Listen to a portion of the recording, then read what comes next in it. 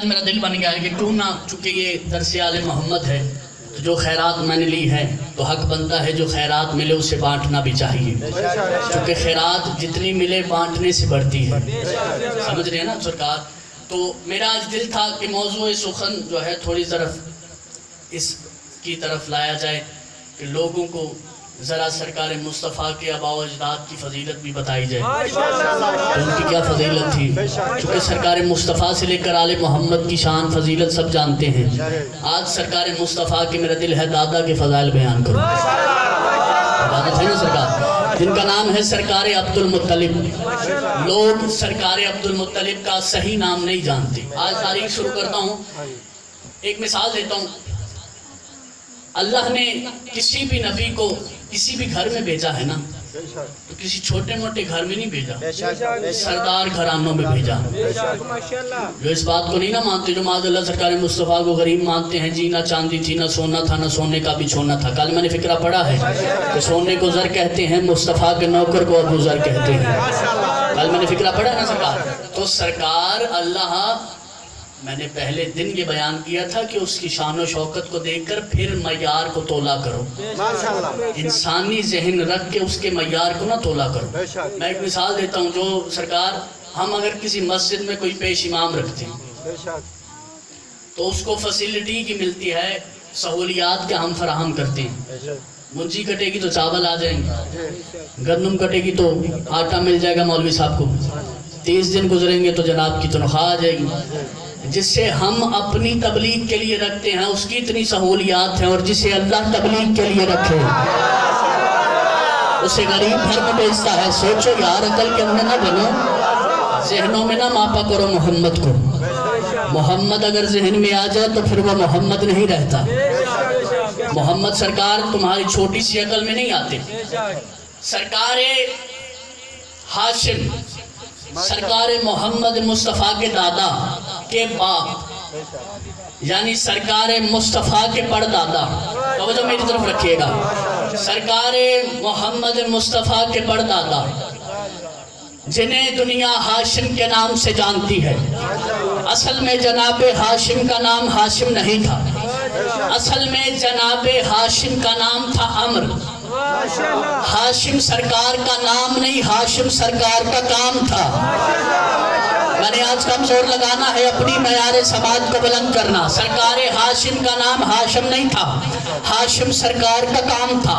اب کام کیسے تھا؟ سرکار مکہ میں رہتے تھے، ٹھیک ہے، سرکار مکہ میں رہتے تھے، اور سرکار ایک کھانا بنایا کرتے تھے، اونٹ کے گوشت کا شوربہ، اور جس میں ہاتھ سے پکی ہوئی روٹیوں کو سرکار ہاشم اپنے ہاتھوں سے توڑ کے شوربے میں ڈالتے تھے، جسے عربی زبان میں سرید کہتے ہیں، اور عربی زبان میں روٹی کو توڑنے کو حشم کہتے ہیں۔ یہی ماجرا ہے کہ جب کوئی بھوکا محمد کے پردادے کی بارگاہ میں کھانا کھانے کے لیے آتا تھا تو لوگ سوال کرتے تھے کہاں جا رہے ہو؟ تو سائل کہتا تھا روٹیاں توڑ کے کھلانے والے ہاشم کے پاس جا رہے ہیں۔ سبحان اللہ، جو ہاتھ اٹھا گیا سرکار ہاشم سے خیرات لے گیا، بلے ایمان نعرہ حیدری۔ سرکار یہ ہسٹری پہلے سنی ہو تو نہیں بولنا، اگر پہلی بار سن رہے ہو تو نوکر کی محنت پہ دعا دینی ہے۔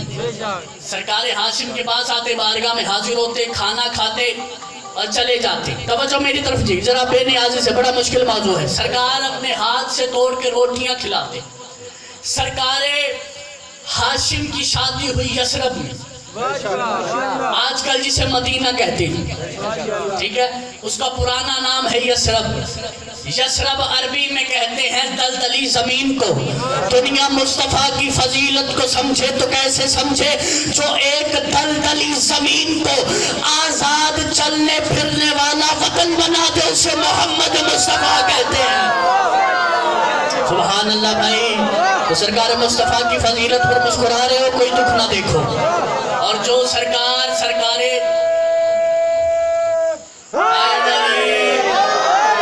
یہ میرے پچھلے والے دوست صاحب کو سمجھ نہیں آ رہی بات کی، سمجھ آ رہی ہے سرکار؟ ہاتھ نہیں اٹھا سکتے تو سر ہی لا دیں، ذرا مجھے بھی مطمئن ہو جاؤں کہ آپ کو سمجھ آ رہی ہے۔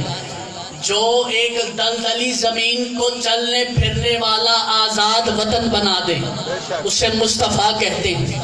سرکار ہاشم کی شادی، جن کا اصلی نام ہے عمر، ہاشم ان کا کام تھا، چونکہ روٹیاں توڑ کے کھلاتے تھے۔ ہائے ہائے کیسا گھرانہ ہے، جن کا پردادا روٹیاں توڑ کے کھلاتا ہے وہ مصطفیٰ خود غریب ہوگا؟ اس لیے غلط عقیدہ چھوڑ دو، اچھے عقیدے پر آ جاؤ۔ سرکار ہاشم کا کام تھا ہاشم۔ اچھا، سرکار ہاشم کی شادی ہوئی یثرب میں۔ جناب ہاشم شادی کر کے اپنی زوجہ کو لے آئے مکہ میں، تو سرکار نکاح میں ایک معاہدہ ہوا تھا، بڑا مزیدار فکر ہے، کہیں تو اگر کہہ دوں اجازت ہے تو، اس دور میں بھی نکاح صرف یہی گھرانے میں ہوا کرتے تھے۔ جو سمجھا ہے اس کی عظمت کو میں سلام کرتا ہوں۔ اس گھرانے میں نکاح بھی یہی ہوا کرتے تھے۔ اللہ نے حجتیں بنا کر بھیجا ہے، اپنے مظہر بنا کے بھیجا۔ میں نے پہلے کل بتایا ہے کہ اللہ دعوے کرتا ہے، یہ دلیلیں دیتے ہیں۔ اللہ نے دعویٰ کیا میں رازق ہوں، انہوں نے رزق دے کر بتایا ایسا رازق ہے۔ اللہ نے کہا میں خلق کرتا ہوں، انہوں نے خلق کر کے بتایا کہ وہ کیسا خالق ہوگا۔ اپنے موضوع پر ہم سرکار کی نکاح نامے میں جو حق مہر ہوتا ہے اس پہ یہ معاہدہ ہوا تھا کہ جب اللہ ہمیں ایک بیٹا عطا کرے گا، حق مہر میں کیا لکھا جا رہا ہے؟ آگے کی بات، فیوچر، آنے والا مرحلہ۔ جناب ہاشم کی زوجہ نے شرط لکھوائی کہ جب ہمیں اللہ ایک بیٹا عطا کرے گا تو میں اسے لے کے یثرب چلی جاؤں گی۔ حیرت ہے ان بندوں کے عقیدوں پر جو یہ کہتے ہیں کہ مصطفیٰ علم غیب نہیں جانتے تھے، یہاں تو محمد کی پردادی بھی علم غیب جانتی ہے۔ سبحان اللہ، سبحان اللہ، سلامت ہو۔ تاریخ پڑھا ہوں، جناب ہاشم گئے تجارت کے سلسلے میں شام، اور وہیں سرکار نے پردہ کیا۔ سرکار نے پردہ کرنے سے پہلے وصیت لکھی کہ اللہ جب مجھے بیٹا عطا کرے گا تو اس کا نام شیبۃ الحمد رکھنا۔ کیا نام؟ شیبۃ الحمد۔ سرکار عبد المطلب کا نام عبد المطلب نہیں ہے، اصل نام ہے شیبۃ الحمد۔ آگے بتاتا ہوں کہ عبد المطلب نام کیسے پڑا۔ یہاں تو محمد کے پردادا بھی علم غیب جانتے ہیں کہ اللہ مجھے بیٹا دے گا، فرمایا اللہ مجھے بیٹا دے گا، اس کا نام رکھنا شیبۃ الحمد۔ اس کے آگے کے بال سفید ہوں گے۔ مصطفیٰ کے پردادا بتا کے جا رہے ہیں علم غیب، اس کا نام شیبۃ الحمد رکھنا اور آگے کے بال سفید ہوں گے۔ اب سرکار ہاشم نے جب پردہ کیا دنیا سے، یہ واحد تابوت تھا جو شام سے واپس مکہ میں آیا۔ بتاتا چلوں کہ سرکار مصطفیٰ کے پردادا بڑے رئیس تھے عرب کے۔ سرکار کی مکہ میں بھی زمینیں تھی، یثرب میں بھی زمینیں تھی، شام میں بھی زمینیں خریدنے گئے تھے۔ زمینیں خریدی، وہاں پردہ کیا، وصیت کے مطابق سرکار ہاشم کو واپس لا کر مکہ میں دفنایا گیا۔ اور یہ جو مدینے میں مسجد نبوی ہے نا، یہ جناب ہاشم کی خریدی ہوئی زمین پر بنی ہے، چونکہ یثرب میں بھی زمینیں تھی۔ سرکار ہاشم کا تابوت لایا گیا، تدفین ہو گئی، اللہ نے 6 ماہ بعد بیٹا عطا کیا۔ آگے کے بعد سفید تھے، لفظی ہوتے ہیں نا سرکار، میں نے تو کوئی آگ نہیں برسانی، لفظی ہوتے ہیں پڑھنے کے لیے۔ آگے کے بعد سفید، جناب بی بی نے نام رکھا شیبۃ الحمد۔ جب جناب سیدہ نے جو بلا تشبیہ ہاتھوں پر اٹھایا نا، تو جناب سیدہ نے سوال کیا من انتا، کون ہے تو بچہ بولا انا شیبۃ الحمد، میں شیبۃ الحمد ہوں۔ انہوں نے بوسہ لیا، بچے کو لے کر، چونکہ نکاح میں حق مہر تھا، بچے کو لے کر بی بی یثرب چلی گئی۔ اچھا، وصیت میں یہ لکھا تھا کہ جب میرا بیٹا 12 برس کا ہو جائے اسے واپس مکہ لے آنا۔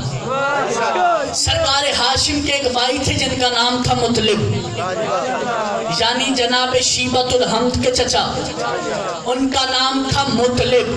وہ اپنے بھائی کی وصیت کے مطابق مکہ سے چلے یثرب آئے، جو ہی ایک آبادی میں پہنچے نا تو سرکار مطلب نے دیکھا کہ سامنے کچھ بچے کھیل رہے ہیں۔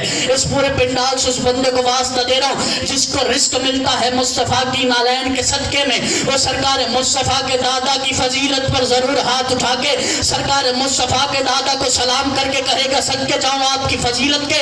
سرکار مطلب نے دور سے دیکھا کہ کچھ بچے کھیل رہے ہیں، اب عرب کے گھوڑے تھے سرپٹ بھاگ رہے تھے، کچھ بچوں نے جب دور سے دیکھا نا کہ گھوڑے بھاگتے ہوئے آ گئے ہیں، بچے بھاگ گئے، صرف ایک بچہ کھڑا رہا، اس نے آ کے لگام میں ہاتھ ڈالا اور لگام میں ہاتھ ڈال کے کہنے لگا آپ کو کیا پتہ نہیں ہے جب آبادیوں میں آ جائیں تو گھوڑوں کو آہستہ کر لیتے ہیں؟ تو سرکار مطلب نے اٹھا کے ماتھا چوما، فرمایا تجھے ہی تو لینے آیا ہوں۔ سرکار شیبۃ الحمد حیران ہو کے کہتے مجھے کیوں لینے آئے ہیں؟ مطلب مسکرا کے فرماتے ہیں ہمارے خون کے علاوہ کسی میں جرت ہی نہیں ہماری لگام میں ہاتھ ڈالے۔ سلام ہے ان ہاتھوں کو، عزاداروں کو سلام کرنا۔ سبحان اللہ سبحان اللہ، مسکراتے چہرے سلامت۔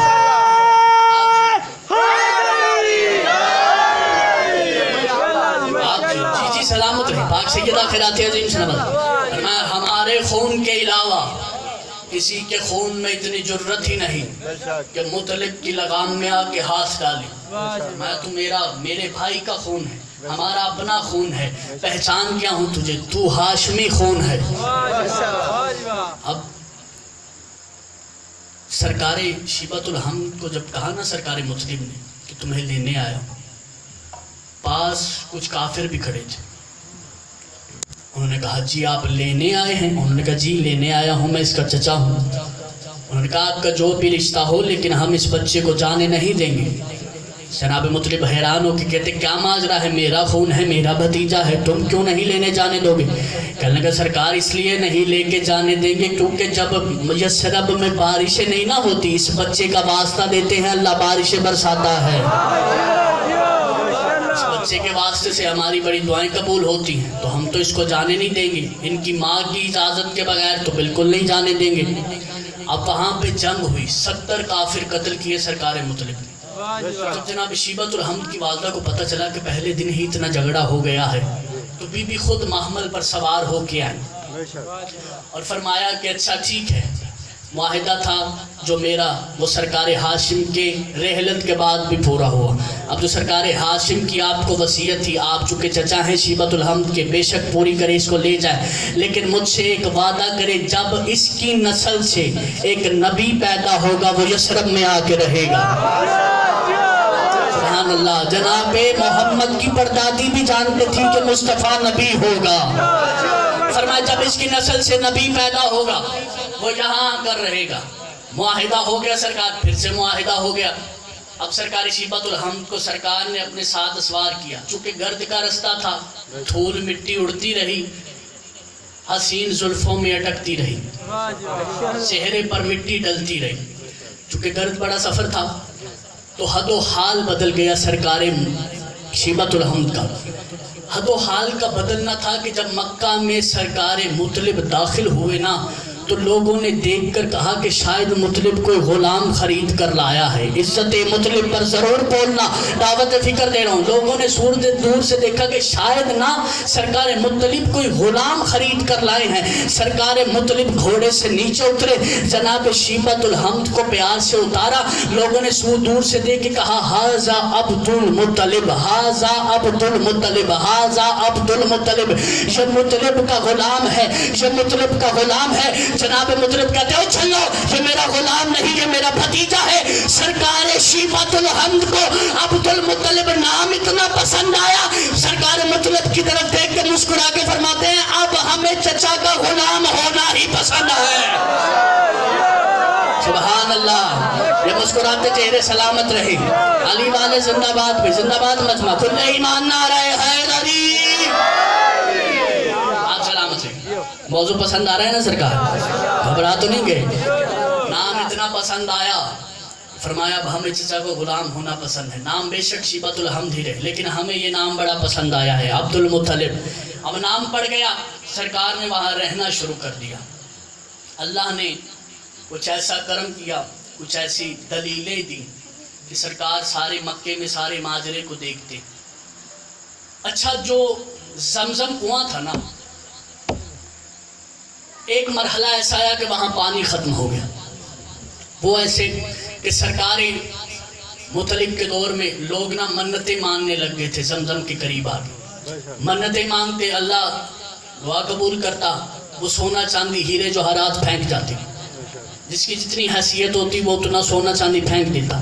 اب چونکہ سونا چاندی اتنا کو بھر گیا کہ کنواں بند ہو گیا. ایک عراق کا بادشاہ تھا، اس نے بھی دعا کی کہ میرے گھر میں اولاد نہیں ہے، اگر اللہ بیٹا عطا کرے گا تو میں جہاں ہرن کے سینگ چڑھاؤں گا. اللہ نے دعا قبول کی، اللہ نے بیٹا عطا کیا، اس نے سینگ چڑھا دیا. کنواں بالکل بند ہو گیا.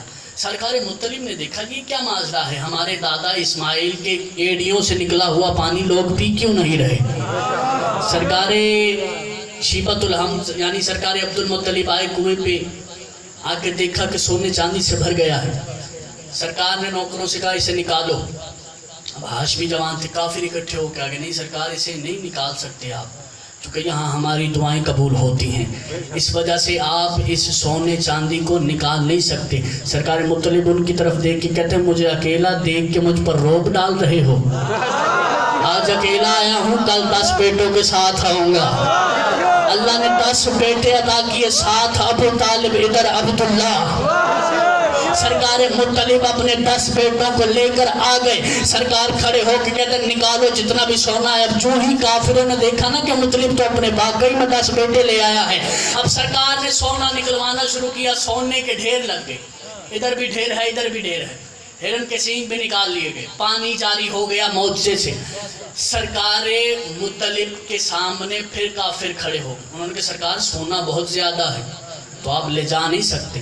تو اس دور میں قرآن ڈلتا ہوا تھا، جسے آج کی زبان میں قرآن اندازی کہتے ہیں. سرکار مطلب نے کہا پھر ایسا کرتے ہیں قرآن اندازی ڈال لیتے ہیں، جس کا نام نکلا سونا اس کا. انہوں نے کہا جی ٹھیک ہے، شرط ہمیں منظور ہے. انہوں نے کہا جی 2 پرچیاں بنائی جائے. سرکار مطلب نے کہا 2 نہیں 3 بنائی جائے. انہوں نے کہا تیسرا کون ہے؟ فرمایا اللہ کے گھر کے لیے بھی بناؤ. مسکرانا یار، آہستہ آواز سے سن لو، پھر جیسے کہو گے ویسے خطابت دکھا دوں گا. چونکہ خطابت کے فنون مجھے آتے ہیں، آج میں چاہتا ہوں کہ ذرا دھیمی آواز میں پیغام پہنچ جائے. سرکار مطلب نے کہا 2 نہیں 3 کرے نکلیں گے.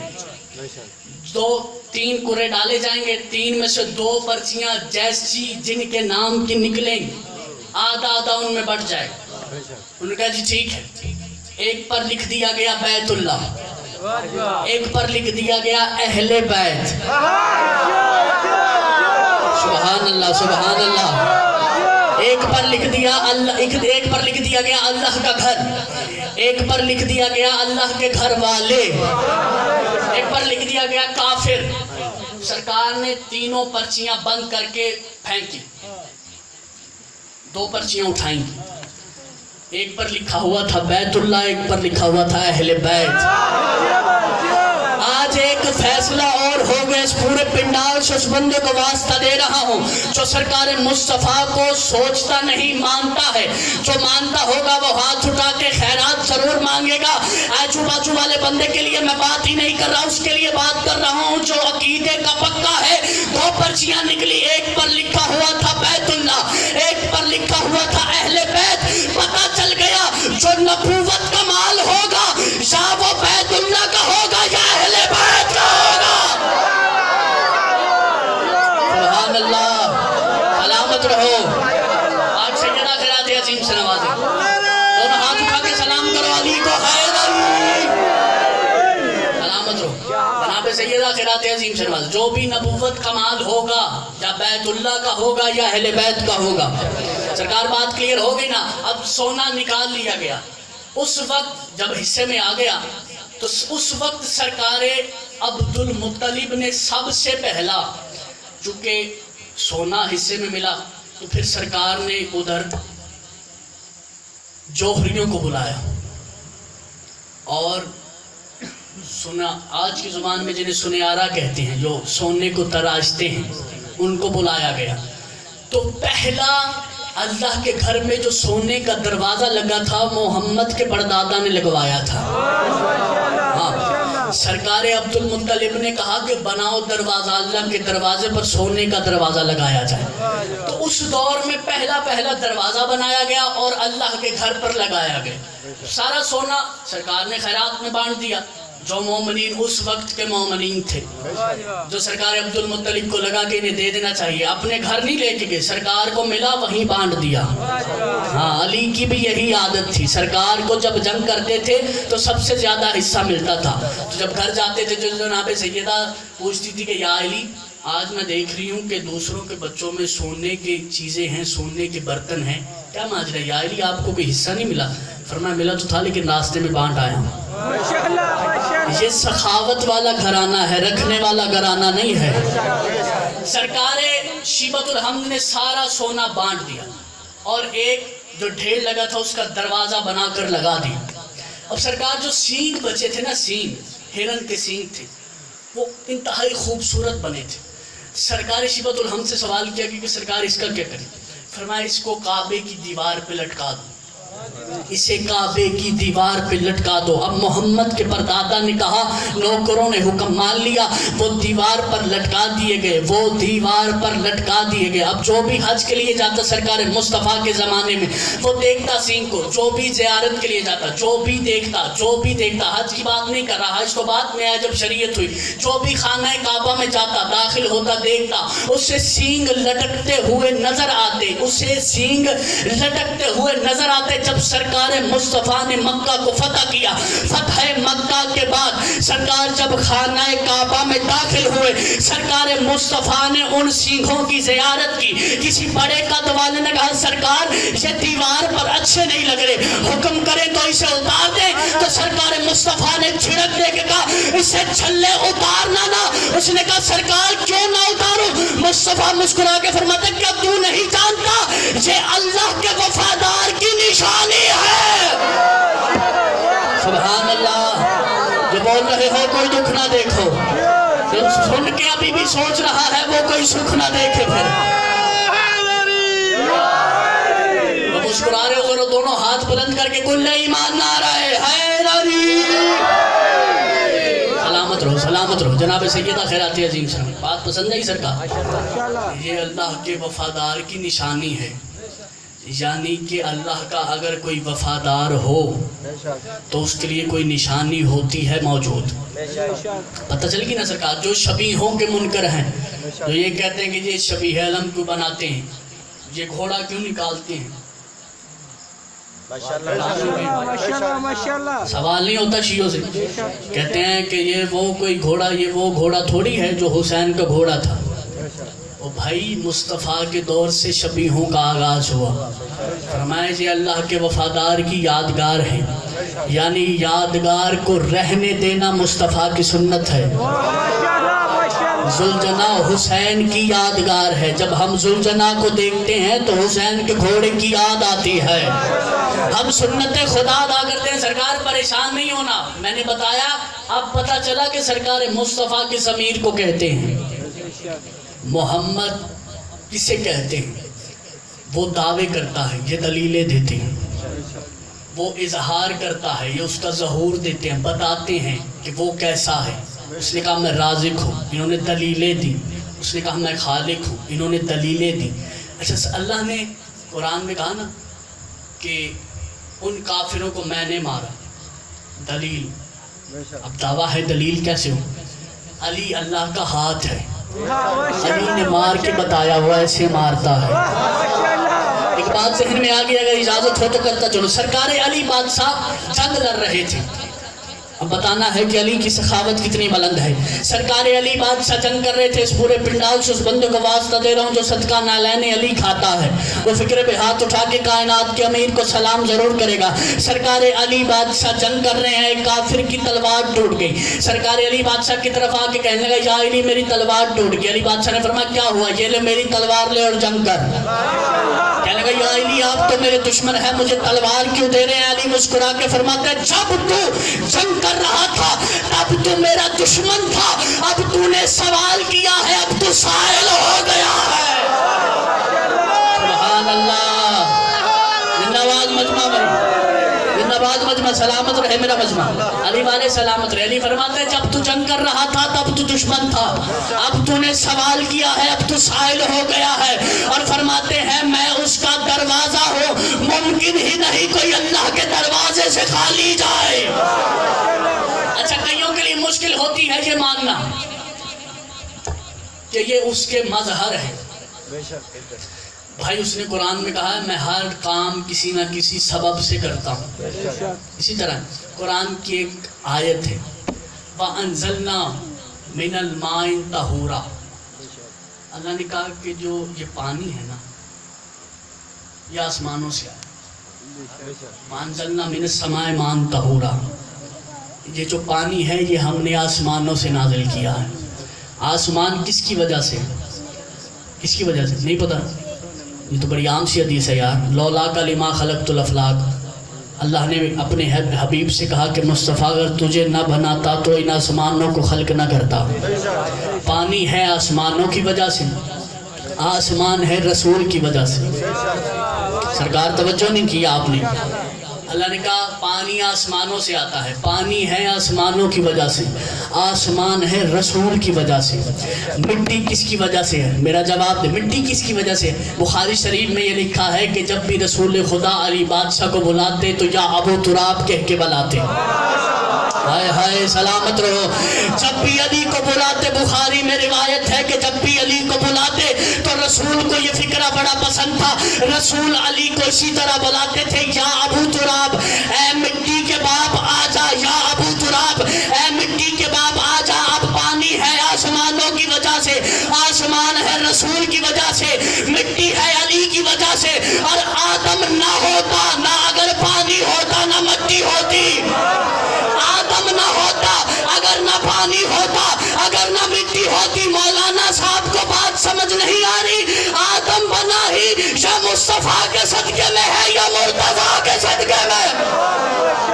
سبحان اللہ سبحان اللہ، سلامت رہو سلامت رہو۔ کل ایمان نعرہ حیدری۔ اگر علی نہ ہوتے تو مٹی نہ ہوتی، اگر رسول نہ ہوتے تو آسمان نہ ہوتا، اور اگر یہ دونوں نہ ہوتے تو آدم نہ ہوتا، اگر آدم نہ ہوتا تو پھر بنی آدم بھی نہ ہوتے اور نہ مولوی صاحب ہوتے۔ ارے جو نہ ہو، جس کا نہ ہونا آدم نہیں بنتا، جس کے نہ ہونے سے آدم نہ بنے، اگر اس کا نام نماز میں نہ ہو تو نماز کیسے ہو جاتی ہے؟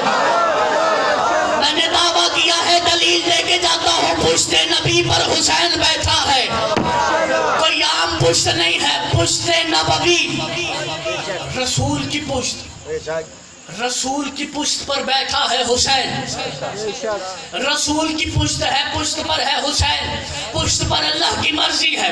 اب رسول نے درس دیا تھا کہ نماز میں سجدے میں 3 مرتبہ کہنا ہے سبحان ربی الاعلیٰ و بحمدہ۔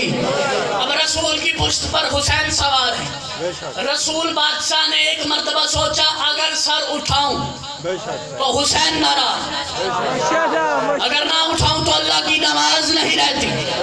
رسول کا اتنا سوچنا تھا کہ آواز توحید جبرائیل جی رب جلیل فوراً زمین پہ جا کے محبوب سے کہہ دے تب تک سر نہ اٹھائے جب تک حسین بیٹھا رہے۔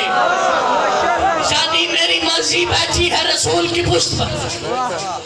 جبرائیل آیا، آگے آہستہ سے کان میں پیغام دی، یا رسول اللہ، اللہ کا حکم ہے جب تک حسین بیٹھا رہے سر نہیں اٹھانا۔ سرکار مصطفیٰ نے سر تسلیم خم کیا، اللہ کا حکم ہے۔ سرکار نے 4تھی مرتبہ کہا سبحان ربی الاعلیٰ و بحمدہ۔ پیچھے سے صحابہ پریشان ہو گئے کہ یہ کیا، ہمیں تو 3 مرتبہ بتایا ہے، خود 4تھی مرتبہ پڑھ دیا۔ سرکار نے 5ویں مرتبہ پھر کہہ دیا سبحان ربی الاعلیٰ و بحمدہ۔ 6ویں مرتبہ پھر کہہ دیا سبحان ربی الاعلیٰ و بحمدہ۔ صحابہ پیچھے سے پریشان ہو گئے کہ معاذ اللہ استغفر اللہ کہیں بھول تو نہیں گئے، استغفر اللہ ایسا سوچنا کفر ہے، لیکن ویسے مثال دے رہا ہوں، انہوں نے ایسا سوچا، مثلا کہ وہ تھوڑا جانتے تھے، انہوں نے ویسے ہی سوچا کہ معاذ اللہ کیا ماجرا ہے، انہوں نے اٹھنا چاہا کہ دیکھیں تو صحیح بات کیا ہے، رسول اتنی مرتبہ زیادہ تسبیح کیوں بڑھا دی ہے سجدے کی؟ صحابہ نے سر اٹھایا، دیکھا پشت پر حسین پھر سجدہ، آئے ہائے سجدے کے منکر کہاں گئے میرے بھائی، آئے ہائے غلطی کر دیا حصہ سے جملہ کہہ کر، حیدری صحابہ نے سر اٹھایا، دیکھا حسین پھر سجدہ، حسین نے 15ویں مرتبہ کہا، سرکار رسول کریم نے جب 15ویں مرتبہ تسبیح کی سبحان ربی الاعلیٰ و بحمدہ، انہوں نے کہا اب تو دیکھے حسین اتر گیا ہوگا، پھر سر اٹھایا، پھر دیکھا حسین پھر سجدہ، عبادت اللہ کی ہو رہی ہے، سجدہ حسین کو ہو رہا، گھبرانا نہیں میرے بھائی، سجدہ اللہ کو نہیں اللہ کے لیے ہے، ہاں گھبرانا نہیں، پریشان نہیں ہونا، اللہ کو سجدہ نہیں ہو سکتا، اللہ کے لیے سجدہ ہے، چونکہ اگر اللہ کو سجدہ ہوتا تو پھر تم کعبے کو نہ جھکتے، کعبے کو جھکنا بتاتا ہے کہ اللہ کے لیے سجدہ ہے، اللہ کو نہیں سجدہ، اگر سجدہ فقط اللہ کو ہوتا تو آدم کو سجدہ نہ ہوتا، ہاں گہرائیوں میں مزید نہیں جانا ورنہ گمراہ ہو جاؤ گے، اتنا سمجھا دیتا ہوں کہ اللہ کو سجدہ نہیں ہے، چونکہ جسے سجدہ کیا جاتا ہے اس کا سامنے ہونا ضروری ہے، اور جو ایسا تصور رکھے وہ کافر ہے، وہ خارج دین ہے، بھائی سجدہ اللہ کے لیے، گھبرانا نہیں، سرکار بات سمجھ آگئی نا، سرکار حسین مولا پشت پر بیٹھے، رسول خدا تسبیح کرنے، صحابہ نے دیکھا پھر حسین پھر سجدہ، پھر حسین پھر سجدہ، پھر حسین پھر سجدہ، اب مجھے کسی پھٹی سے پھٹی پرانی کتاب میں یہ دکھا دو کہ جب نماز ختم ہوئی تو رسول نے ان صحابیوں کو واپس بلا کر کہا کہ تم نے حسین کو دیکھ لیا تھا تمہاری نماز باطل ہو گئی، تم نے حسین کو دیکھ کر سجدہ کر لیا تھا تمہاری نماز باطل ہو گئی، ارے رسول کی نماز میں مجسم حسین آ جائے تو رسول کی نماز تو باطل نہیں ہوتی، اگر ہماری نمازوں میں اسی حسین کے بابا کا نام آتا ہے تو نماز کیسے؟ سبحان اللہ، وہ ہاتھ اٹھا گیا ہے وہ خیرات لے گیا، سلامت رہو سلامت رہو سلامت رہو، جناب سیدہ خیرات عظیم سلامت، رسول کی نماز میں مجسم حسین آئے، رسول کی نماز تو باطل نہیں ہوتی، لیکن اگر اسی حسین کے بابا کا نام نماز میں آ جائے، درود پڑھے مل کے آل محمد،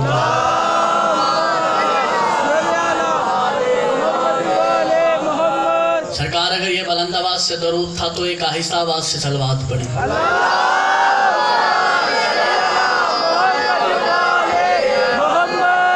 اللہ نے جگہ جگہ پر آل محمد کی فضیلت کو بتایا ہے، سمجھنا ضروری ہے، ٹھیک ہے میری جان، چونکہ آل محمد کو سوچنا نہیں ماننا ہے، اس لیے کہ یہ سوچوں میں نہیں آتی، یہی وجہ نا کہ ایک منکر حیدر علی بادشاہ کو بڑا سوچتا تھا، ماشاءاللہ جناب بہلول کا زمانہ تھا، اچھا ایک لفظ اور ٹھیک کروا دوں، بہلول لفظ نہیں ہے، لفظ ہے بہلول، دنیا نے بگاڑ دیا، بہلول کر دیا، بہلول لفظ ہے، جو اردو کے تاریخ دان ہیں وہ میری تائید کریں گے، جنہیں اردو آتی ہے، بہلول نام تھا، یہ نام بہلول بگاڑا گیا، نام تھا بہلول، سرکار علی بادشاہ کو ایک بندہ بڑا سوچا کرتا، سرکار بہلول نے پوچھا کیا ماجرا ہے، تو بڑا سوچتا رہتا ہے، کن سوچوں میں پڑا ہے؟ کہتا علی کی فضیلت کو سمجھ رہا ہوں،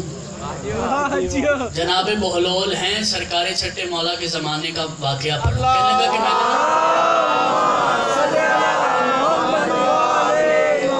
کہ میں نے علی کی جنگیں سنی ہیں، علی کے فضائل سنے ہیں، مجھے سمجھ نہیں آتے کہ کیسے ایک بندہ ایک ہاتھ سے خیبر کا دروازہ اکھاڑ دے، یہ کیسے ممکن ہے کہ اتنا بڑا گیٹ جسے 80 بندے کھولتے ہیں ایک بندہ ایک ہاتھ سے اڑا دے، اور ایسا اڑایا کہ ابھی تک نیچے نہیں آیا، پتہ نہیں کہاں بیٹھ کے سن رہے ہو یار، اندازہ نہیں کر سکتے علی کی طاقت کا، 1400 سال پہلے اکھاڑا تھا ابھی تک نیچے نہیں آیا، پتہ نہیں کتنی بلندیوں پہ چلے گا، کہتے میں سوچتا ہوں علی نے مرحب جیسے بہادر کو سر سے پاؤں تک آدھا آدھا چیر دیا. یہ کیسے؟ کہتا ہے میں یہ علی کے فضائل سوچتا رہتا ہوں. سرکار بہلول نے کہا ایک دن تیرے یہ سوچ کو ختم کر دوں گا. ایک دن جناب بہلول بیٹھے ہوئے تھے سمندر کے کنارے, یہ قریب سے گزر رہا تھا. جناب بہلول نے دور سے دیکھا کہ یہ بندہ آ رہا ہے جو علی کو سوچتا ہے. جناب بہلول نے سمندر کے کنارے پر کھڑے ہو کے ایک چھوٹا سا سوراخ بنانا شروع کیا.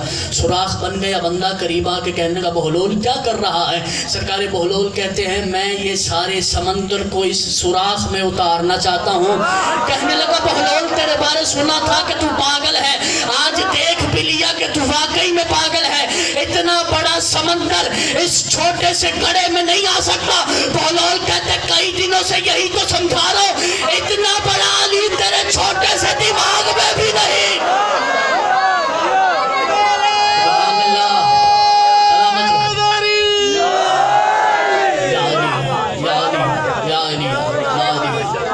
علی بادشاہ کو حصار ولایت میں رکھے صدا آباد ہو. بس عزت بھی بڑی تھی تو مصیبت بھی بڑی تھی. آباد کس طرح سے یہ صحن فاطمی ہوا.